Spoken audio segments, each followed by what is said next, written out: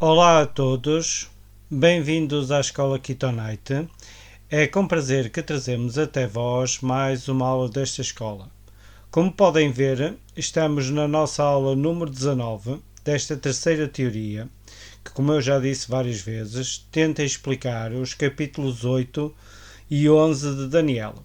Ela tem como título 6 Keren. 6 significa o número de chifres do bode, portanto, que eu penso que são os 6 chifres do bode, e Keren significa exatamente chifre em hebraico. Este número 6 hoje faz todo o sentido, porque hoje vamos falar sobre a Sexta Guerra Síria. Ora, Sexta Guerra Síria está relacionado com o número 6. Apesar do nome ser Síria, está relacionado com os gregos. E como podes ver, e já falamos algumas vezes sobre os Ptolomeus eram reis gregos que governavam o Egito. Okay? Temos aqui o Ptolomeu VI, Philomator, que significa exatamente aquele que ama a sua mãe. Hoje vamos falar várias vezes, ou muitas vezes, neste rei grego. Desde já quero-te agradecer por estares aqui na Escola Kitonite. E se ainda não és inscrito neste canal, convido-te a inscreveres, a compartilhar os nossos vídeos e a deixares o teu like, porque isso é importante para o desenvolvimento do canal. É certo que eu gostava que houvesse mais inscritos neste canal e que, portanto, houvesse mais visualizações deste meu trabalho, mas isto costuma-se dizer se é a palavra de Deus, não é? Porque eu não tenho a certeza absoluta, ninguém tem.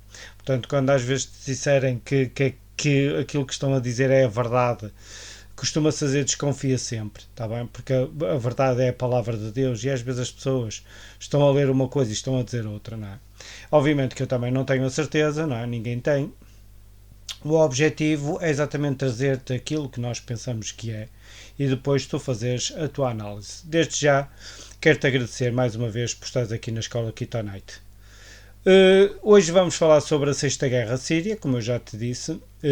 Ela vai ocorrer desde o ano 170 ao ano 168 a.C. Nunca te esqueças que antes de Cristo os números são em ordem decrescente. Tá bem? Portanto, esta guerra teve aproximadamente entre 2 e 3 anos. Não é? Portanto, e isso trouxe uma guerra, não é? Naquela região da Síria. Mas, como eu já te disse, o nome pode parecer estranho, mas esta guerra foi entre gregos. E como tu sabes, não é? E nós já falamos aqui muitas vezes no número da besta, o 666 está relacionado com o número 6. E se tu olhares aqui para a Wikipedia, isto é uma página da Wikipedia, isto não é internet, isto é uma fotografia ou uma picture que eu tirei da internet com o meu computador. E se tu reparares aqui ao lado, vês aqui as guerras sírias, vês a primeira, a segunda, a terceira, a quarta, a quinta e a sexta, e não tem mais. Não tem mais do que a Sexta Guerra Síria. Porquê? Porque este foi exatamente o último conflito, não é? Entre os reis gregos conhecidos como as Guerras Sírias. E tu, se vis aqui na Wikipédia, portanto isto não foi eu que escrevi, diz que as causas deste último conflito, portanto só foram 6, são obscuras. Portanto, isto é, não temos muito conhecimento sobre estas guerras, especialmente sobre este último conflito. Mas é o último conflito. Obviamente que os reis gregos continuaram, não é? Portanto, o rei do norte e o rei do sul continuou após esta Sexta Guerra Síria. Só que eles ficaram tão fraquinhos que já nunca mais conseguiram lutar um contra o outro. Okay? Portanto, cada um colocou-se no seu reino e portanto, até à Sexta Guerra Síria, o reino do norte vai tentar subjugar o reino do sul. O Reino do Sul vai tentar fazer a mesma coisa contra o Reino do Norte, como nós já vimos em aulas anteriores, e se tu não viste, convido-te a ver. Falámos até agora sobre as 6 guerras sírias, hoje é a sexta. E como tu vais ver, vão querer dominar um ou outro, nunca vão conseguir, não é? Porque a profecia não falha, ela está em Daniel capítulo 11. E, portanto, o que vai acontecer é que este vai ser o último e vai tornar os reinos do norte tão fracos, os reinos do norte e o reino do sul tão fracos, que eles nunca mais se vão lutar um contra o outro. Eu não te vou ler aqui a Sexta Guerra Síria, porque ela está nas minhas teorias, está na minha teoria. Portanto, eu transcrevi tudo o que aqui está e nós ainda vamos falar aqui um pouco sobre a Sexta Guerra Síria, pois essa é a nossa aula. Como tu podes ver, portanto, eu não trago nada, costuma-se dizer, meu, não é? Portanto, eu não fui eu que andei aqui a inventar nada. Aquilo que eu estou a fazer é simplesmente ligar àquilo que está escrito na Bíblia de uma maneira tão óbvia, está bem, que não tem como dizer, como enganar, não é? Porque tudo o que está aqui escrito é exatamente aquilo que está em Daniel 11. Portanto, não existe aqui nada que esteja fora das profecias bíblicas. Hoje vamos falar sobre os versículos 23 a 26.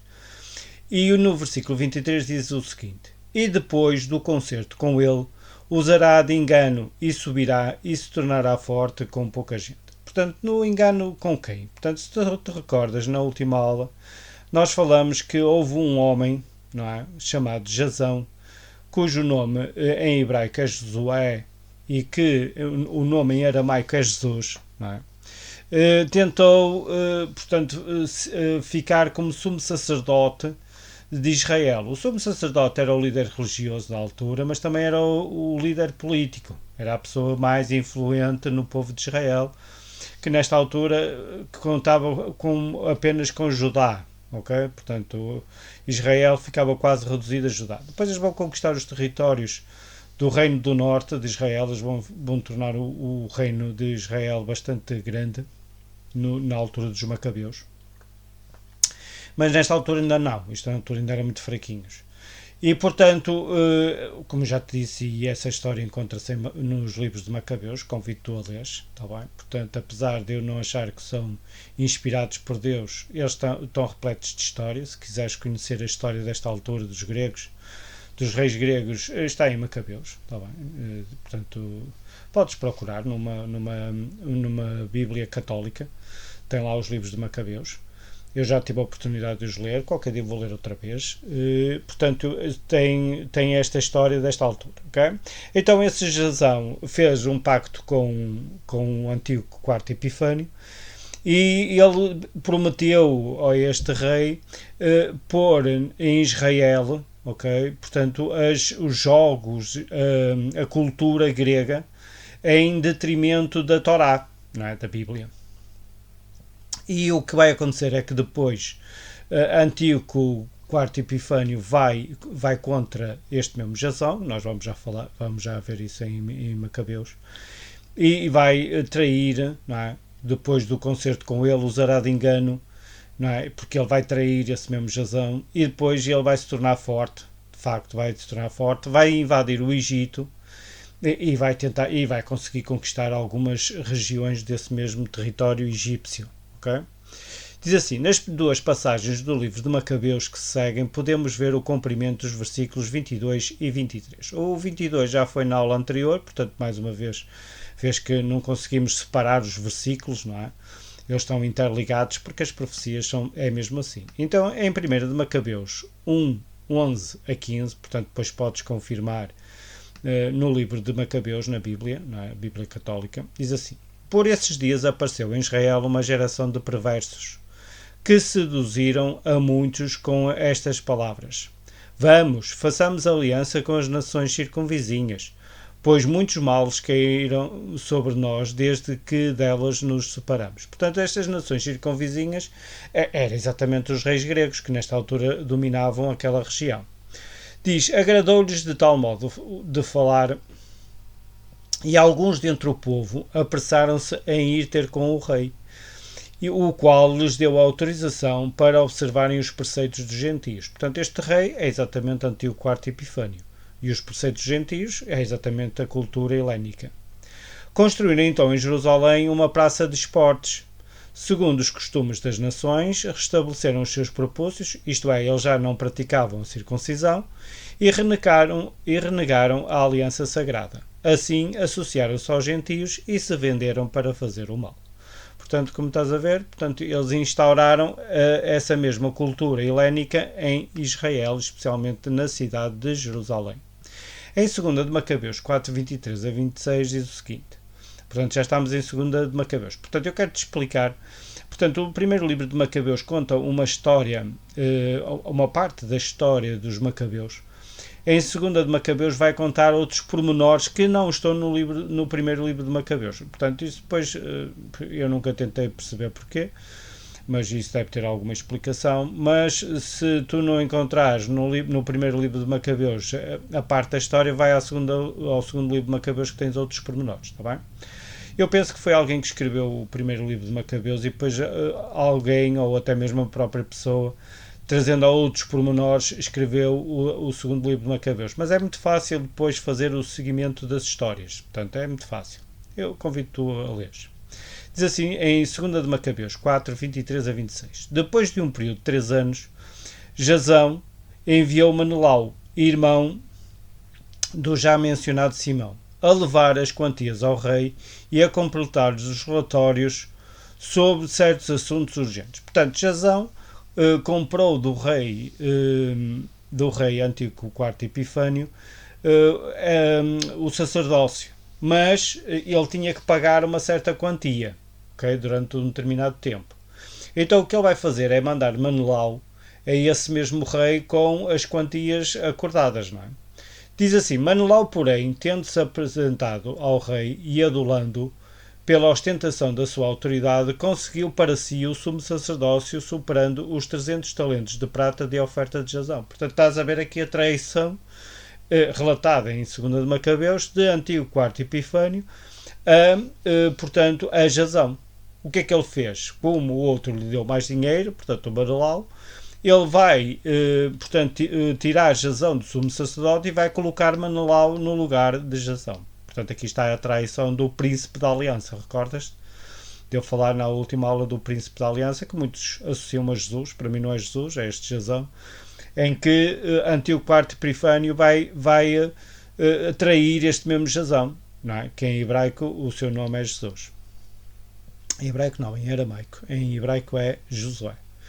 A seguir, tendo recebido os mandamentos reais, tornou a aparecer, mas sem trazer coisa alguma que fosse digna do sumo sacerdócio. Ao contrário, tinha em si os furores do tirano, cruel, e as senhas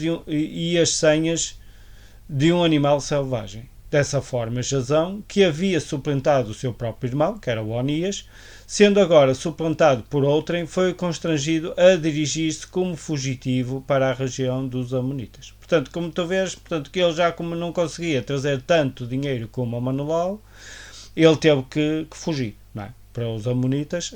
Portanto, isto costuma-se dizer, se o antigo quarto Epifânio fosse lá invadir os Amonitas, ele teria pelo menos os Amonitas do lado dele. E, portanto, como tu vês, foi traído o príncipe da aliança, portanto a profecia não falha, não é? Completamente correto. E está no relato de 2 de Macabeus. Diz assim o versículo 24. Virá também caladamente aos lugares mais férteis da província. Ora, virá quem? Antíoco IV Epifânio. Portanto, eu acho que, não sei quem faz estas interpretações, eu acho que é muito fácil interpretar Daniel 11. Porquê? Porque sempre que está a falar da mesma pessoa, não podes mudar de rei. Portanto, muitos fazem esta interpretação, alguns até no versículo 24 já vão nos reis romanos. Quando está a falar de um ser, ele tem que ser ele próprio. Portanto, não podes mudar de pessoa. Okay? Quando depois fala em rei do sul ou rei do norte, não é? Porque, por exemplo, está a falar de uma determinada pessoa, depois fala, e depois invadiu o rei do sul, não sei o quê. E quando diz, e depois invadiu o rei do sul, esse rei do sul já mudou para outro rei. Mas o primeiro mantém-se. Não pode ser mudado. Ok?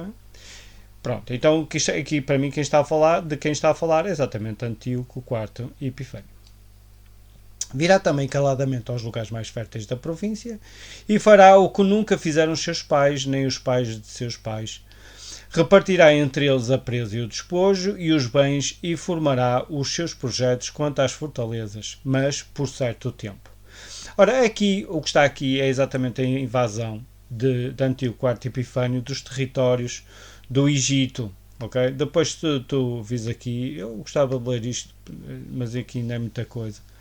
O que vai acontecer é que Antíoco IV Epifânio vai invadir, okay, o Egito, não é? Porque está aqui, portanto, então eu não vou ler isto aqui em cima porque já lemos em 1ª e 2ª de Macabeus. Diz assim: então Antíoco preparou-se para a segunda expedição contra o Egito. Estás a ver aqui, contra o Egito.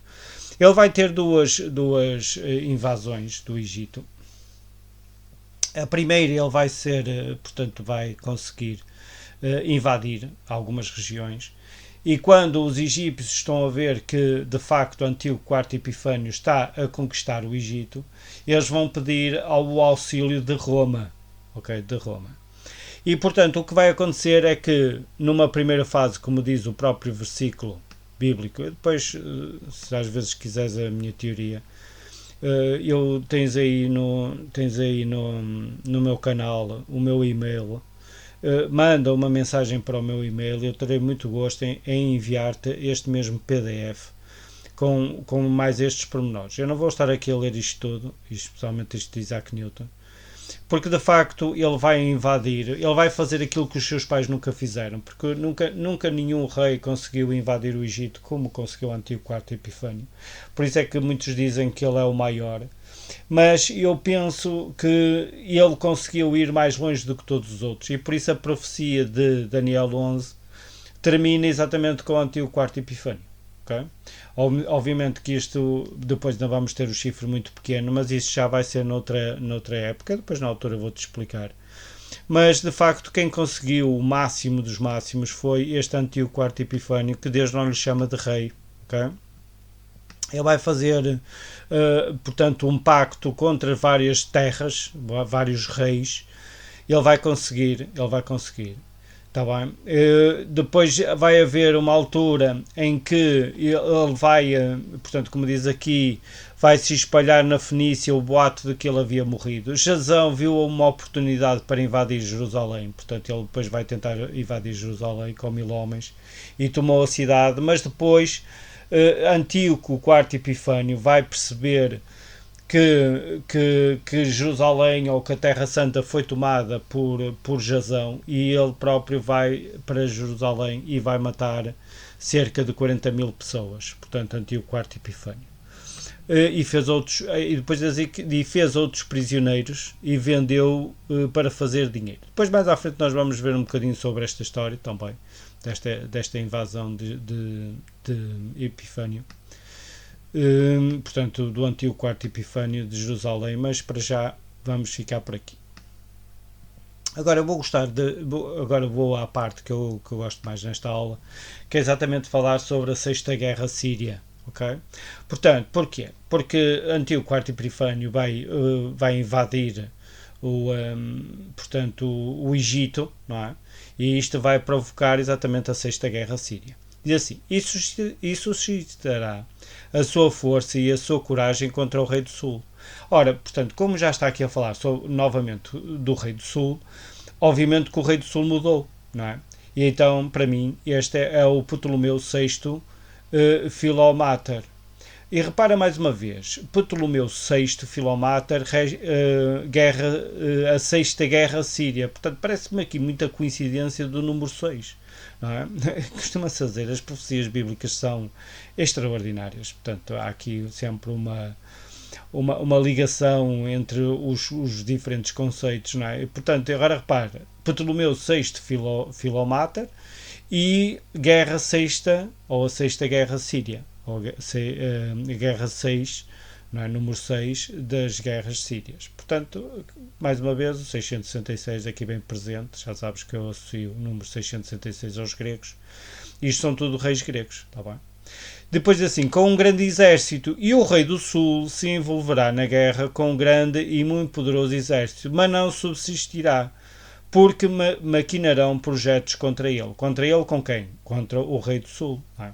Portanto, quando Antíoco IV Epifânio tenta invadir o Egito, o Ptolomeu VI Epifânio, que por incrível que pareça era sobrinho de Antíoco IV Epifânio, vem contra ele, não é? e, portanto, aqui vai haver uma guerra entre os dois. Diz assim: pelos textos seguintes e pelo capítulo Roma, penso que se poderá ver facilmente o cumprimento dos versículos a partir do 25. Diz assim: quando o seu rei... agora vamos ler 1 de Macabeus, mais uma vez, no capítulo 1, versículos 16 a 19. Diz assim: quando o seu reino lhe pareceu bem consolidado, a quem? A Antíoco IV Epifânio, concebeu Antíoco o desejo de conquistar também o Egito, a fim de reinar sobre 2 reinos. Invadiu, pois, o Egito, com um poderoso exército com carros, elefantes, cavaleiros e uma numerosa esquadra. E investiu contra Ptolomeu. Quem é este Ptolomeu? E Ptolomeu VI Filomator, rei do Egito, o qual, tomado de pânico, fugiu. Foram muitos os que se sucumbiram sob seus golpes. Tornou-se senhor das fortalezas do Egito e apoderou-se das riquezas do país. Portanto, como tu vês, Antíoco IV Epifânio, segundo o livro de Macabeus, vai conseguir conquistar o reino do Egito, portanto, o reino do sul. Portanto, ele, não sei se conquistou todo o Egito, possivelmente aqui diz que tornou-se senhor das fortalezas do Egito e apoderou-se das riquezas do país. Portanto, aqui dá a entender que, de facto, ele conquistou o Egito. E agora vamos àquele texto que eu te mostrei da Wikipédia. Portanto, este texto não é meu, é da Wikipédia. Eu vou-te ler para tu perceberes, portanto, a Sexta Guerra Síria e qual é a relação entre Antíoco IV Epifânio e Ptolomeu VI Filomator. Depois, aquilo que eu te vou ler aqui na Sexta Guerra Síria vai ser depois continuado nas próximas aulas, está bem? Portanto, isto não fica esgotado aqui. Diz assim: as causas deste último conflito são obscuras. Em 1 de Macabeus, revela que Antíoco IV Epifânio queria reinar sobre os 2 reinos. Aquilo que eu te acabei de ler. Portanto, como tu vês, aquilo que está na Wikipédia está correto.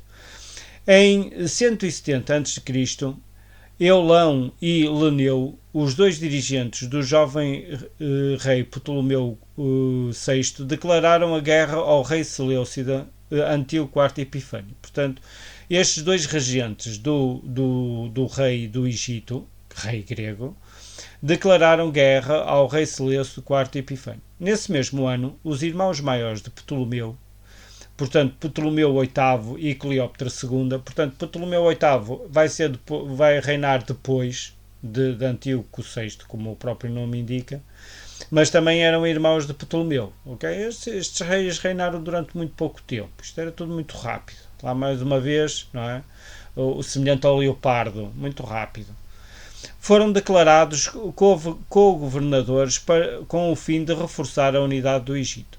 As operações militares não se iniciaram até 169 a.C., quando Antíoco ganhou depressa a iniciativa, aproveitando a oportunidade a importante cidade estratégica de Pelúcio, em território tradicionalmente egípcio.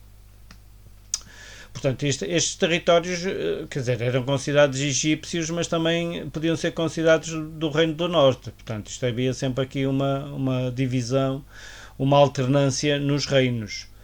Quando os egípcios se deram conta da sua pouca prudência ao iniciar a guerra, Eulão e Leneu foram derrocados e substituídos por 2 novos regentes, Comano e Cineas, e foram enviados emissários a negociar um tratado de paz com Antíoco. Antíoco tomou Ptolomeu VI, que era seu sobrinho, portanto eu já referi essa particularidade, sob a sua tutoria, dando-lhe um controle efetivo do Egito. Contudo, o povo de Alexandria respondeu proclamando Ptolomeu VIII como o único rei. Em resposta a esse atrevimento, Antíoco assediou Alexandria, mas foi incapaz de cortar as comunicações da cidade, complicado pela revolta na Judeia em finais de 169, pelo qual retirou o seu exército. Portanto, aqui estás a ver aquela revolta, não é, do tal Jasão, e ele teve que, costuma-se dizer, apagar um incêndio que tinha-se costuma-se dizer, levantado na Judeia, Judá, ok? Em ausência de Antíoco, Ptolomeu VI e seu irmão reconciliaram-se. portanto vais ver isto, o costuma-se fazer o cumprimento do versículo 27, que vai ficar para a próxima aula. Antíoco, encolorizado pela falta de controlo sobre o rei, invadiu de novo o país. Portanto, como ele viu que o rei Ptolomeu VI se aliou ao seu irmão, ele vai tentar invadir de novo o país. Ok? Depois diz que os egípcios viram que a coisa agora não ia correr bem, não é? E os egípcios pediram ajuda a Roma. E o Senado manda o Caio Popilus Lena para Alexandria. Portanto, aqui vemos a mão de Roma, não é? Enquanto isso, Antíoco tomara Chipre e Mênfis, iniciou de novo a marcha para Alexandria. Em Eleusis, nas cercanias da capital, Antíoco reuniu-se com Popílio Lenas, de quem tinha sido amigo durante a sua estadia em Roma. Se bem te recordas, não é? Que eu falei sobre esse caso, Antíoco IV Epifânio foi levado como penhor para Roma, não é? Quando Antíoco Magno, terceiro Magno, estava no poder, que era pai deste Antíoco IV Epifânio. Mas Popílio deu ao rei um ultimátum em nome do Senado. Deveria evacuar o Egito e Chipre. Chipre é Quitim. Quitim era exatamente um território de Yavanim, que era um dos filhos de Yavan. Ok? Portanto, os Yavanim são os gregos, não é? E, portanto, como tu vês, rei do Egito, o rei do Norte, rei do Sul, isto é tudo gregos, não é? Portanto, mas eles continuavam a lutar entre uns e outros pela posse dos territórios, mas isto era tudo território grego, não é? Antíoco pediu tempo para estudar a ordem de retirada e o Popílio pegou numa cana de açúcar, portanto isto aqui é uma história muito conhecida, traçou um círculo em redor do Seleucida, portanto do Antíoco IV Epifânio, na areia, e ordenou-lhe que não sair daquele mesmo círculo antes de tomar uma decisão, ok? Portanto, e ele deu-lhe aquele mesmo ultimato, não é? Que se ele costuma-se dizer, saísse daquele círculo sem tomar a decisão de abandonar aqueles territórios, costuma-se dizer era um homem morto, não é? Podemos assim dizer. E então diz que Antíoco optou por obedecer. Ele viu que não tinha a mínima hipótese com os romanos e chamou-se o dia de Eleusis, que pôs exatamente o fim à sexta e última guerra síria e às esperanças de Antíoco de conquistar o território egípcio, que é exatamente o relatório que está em Macabeus, como eu te acabei de ler. Como tu vês, a profecia bíblica cumpre-se sem ter que fazer aqui nenhuma ginástica, não é? Nem trocar as ordens dos acontecimentos, como eu já vi em muitas explicações do Daniel 11. Portanto, tudo se cumpriu na ordem que está, portanto, em Daniel 11, da maneira como está escrito, sem qualquer tipo de dúvida. E aqui vou terminar com o versículo 26, mostrando-te que mesmo, costuma-se dizer, nós olhando para aquilo que as pessoas fazem, mesmo da nossa família, nós, costuma-se dizer, temos que não digo ter muito cuidado, mas ter sempre, costuma-se dizer, uma precaução. Na Bíblia diz que nós devemos ser simples como as pombas e prudentes como as serpentes. Porque de facto, enquanto estivermos neste mundo, será sempre assim. O único que nós não devemos ser prudentes é contra o Deus eterno, porque esse não falha. Okay? Podemos confiar nele de braços abertos, porque ele de facto é o único que não nos falha. O resto, costuma-se dizer, devemos ter sempre muito cuidado. E depois diz assim, o versículo 26, que é com o qual nós vamos terminar, diz que, e os que comerem os seus alimentos, okay? Os alimentos de quem? Está a falar do rei do sul, que é o Ptolomeu VI Filomator, destruirão. Aqui a palavra não está correta, não devia ser destruirão, mas sim depurão. E o exército deles será arrasado e cairão muitos mortos. Portanto, porquê? Porque, portanto, Antíoco IV Epifânio vai destruir o exército de Ptolomeu VI Filomator, portanto ele vai ser conquistado por Antíoco IV Epifânio, e aqueles que comerem os seus alimentos, portanto, quem é que comeu os alimentos de Ptolomeu VI Filomator? Foi exatamente os egípcios, não é? Que vão trair este Ptolomeu VI Filomater, colocando no seu lugar o Ptolomeu VIII, não é? Que na altura ficaria a governar na Alexandria. Não é?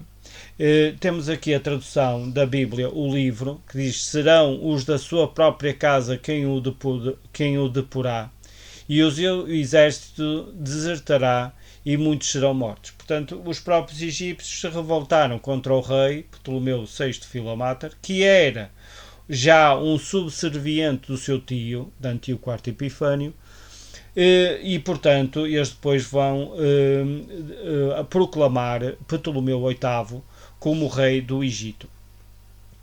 Nas próximas aulas nós vamos ver que estes mesmos dois reis do Egito, que eram irmãos, vão se unir contra Antíoco IV Epifânio.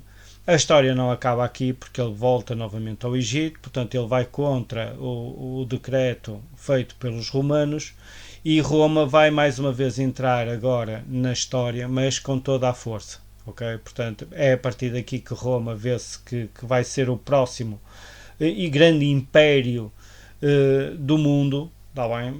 Exatamente pelas pernas de ferro da estátua. Tá bem? E portanto vê-se perfeitamente que é por esta altura que eles vão entrar na cena mundial. Obviamente que não é aqui que costuma-se dizer, Roma vai tomar conta das rédeas, portanto os reis gregos, tanto o rei do norte como o rei do sul, vão continuar, tá bem? Vão continuar, mas as guerras entre uns e outros terminaram. E como tu podes ver, já estamos bastante bem avançados no capítulo 11 de Daniel, e portanto é exatamente essa a história que está nas profecias bíblicas. O objetivo sempre disto aqui é que tu de facto continues a estudar as profecias bíblicas, ver que de facto tudo se cumpriu à letra, sem ter que fazer qualquer tipo de interpretação ou de ginástica. Como tu vês aqui, o texto que está na Wikipédia é exatamente aquilo que eu coloquei na minha teoria, sem ter que fazer qualquer tipo de alteração, e que a profecia se cumpriu à letra. Isto mostra que de facto Deus está ao leme do nosso mundo, que não precisamos de temer nada, não é? Hoje em dia temos alguns conflitos no mundo, parece que o mundo vai acabar, mas nunca se esqueçamos que Deus é quem manda, não é? Tudo tem que estar relatado nas suas profecias, e que muitos fazem muitas interpretações daquilo que lá está como sendo o que não está, está bem? Mas que, obviamente, que tudo se vai cumprir de acordo com a sua vontade, não é? E esperamos para ver se de facto essas mesmas profecias, essas interpretações das supostas profecias, se vão cumprir ou não, ok? Desde já quero-te agradecer mais uma vez por estares aqui na Escola Kitonite. Convido-te mais uma vez a inscreveres no nosso canal, a compartilhar os nossos vídeos e a acionar as notificações para receberes mais informações deste canal, que eu penso que já é o teu, que é exatamente a Escola Kitonite. Então, tudo de bom para ti.